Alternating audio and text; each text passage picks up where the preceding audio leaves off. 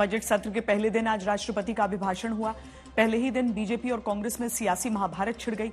सोनिया गांधी ने राष्ट्रपति को बेचारी कह दिया, जिसे बीजेपी ने आदिवासी बेटी का अपमान बताया।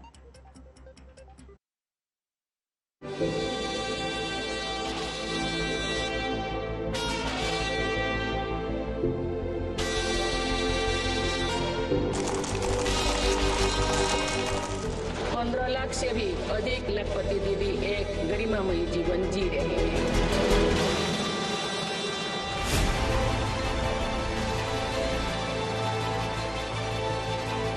बजट सत्र के पहले ही दिन बड़ा सियासी विवाद खड़ा हो गया।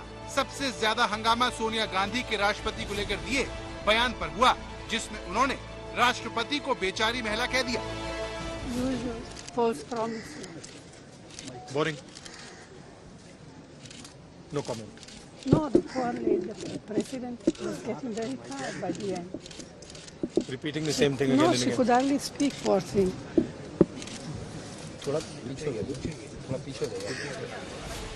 सोनिया गांधी का ये बयान आते ही पूरी बीजेपी सोनिया गांधी और कांग्रेस पर हमलावर हो गई। सबसे बड़ा हमला पीएम मोदी की तरफ से हुआ। मातृभाषा न होने के बावजूद भी उन्होंने बेहतरीन तरीके से आज संसद को प्रेरित किया, भाषण दिया। लेकिन कांग्रेस का शाही परिवार उनके अपमान पर उतर आया है। शाही परिवार के एक सदस्य ने कहा कि आदिवासी बेटी ने बोरिंग भाषण दिया।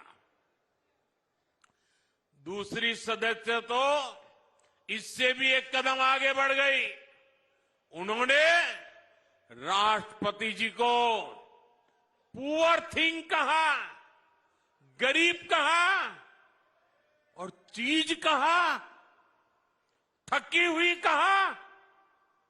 एक आदिवासी बेटी का बोलना इनको बोरिंग लगता है।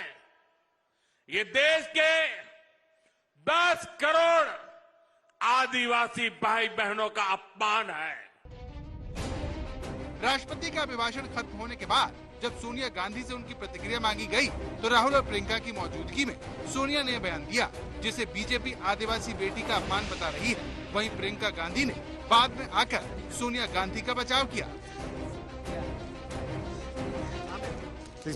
My mother is a 78-year-old lady. She simply said that the president must have been tired reading such a long speech. Poor thing. I don't think she fully respects. In fact, she has the utmost respect for her. And I think it's very unfortunate that this kind of thing is twisted by the media. They are both respected people. They are older than us. They are a certain age now, and it's pretty clear that she means no disrespect. BJP माफी की मांग मांगना चाहिए। हम BJP माफी की मांग कर रहे हैं। अरे जिस खाई में इन्होंने इस देश को डुबोया है, पहले उसके लिए माफी मांगे। लेकिन बीजेपी इस मुद्दे को छोड़ने को तैयार नहीं है। बीजेपी अध्यक्ष जेपी नड्डा ने एक्स पर पोस्ट में लिखा, पूर्व कांग्रेस अध्यक्ष सोनिया गांधी की ओर से राष्ट्रपति के लिए बेचारे जैसे शब्दों का इस्तेमाल करना बेहद अपमानजनक है और इस सर्वोच्च संवैधानिक पद की गरिमा के प्रति विपक्ष की निरंतर उपेक्षा को दिखाता है। दुर्भाग्य से ये कोई अकेला ऐसा मामला नहीं है। जब राष्ट्रपति सरकार की उपलब्धियों पर रोशनी डाल रही थी, तब विपक्ष ने अपनी सामंती मानसिकता से प्रेरित होकर पिछड़े वर्गों और महिलाओं के सशक्तिकरण का मजाक उड़ाना चुना।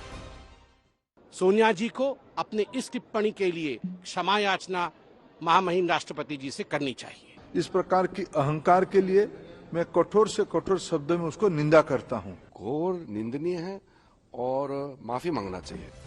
बीजेपी के इस ऐतराज के बावजूद सोनिया की तरह विपक्ष की तरफ से भी राष्ट्रपति के अभिभाषण को लेकर इसी तरह के बयान आए। वो तो स्टाम्प है और किसी का लव लेटर पढ़ना है उनको। It is really funny. I am really frustrated with this speech. ये लोग थक चुके हैं। देखो जो बोलते हैं ना, इन सबको अभी थोड़ा लेटना चाहिए। विरोधी लोग को थोड़ा 6-7 महीने जाके कहीं सोना चाहिए। इन लोग को नींद नहीं मिली, इसलिए इस तरह की बयानबाजी। हाँ, पगलाए। बजट सत्र के पहले ही दिन सरकार और विपक्ष में हुई इस भिड़ंत ने आने वाले दिनों के बारे में बता दिया है। सरकार ने 16 विधेयकों की तैयारी कर रखी है, जिसमें वक्फ जैसा विधेयक भी शामिल है।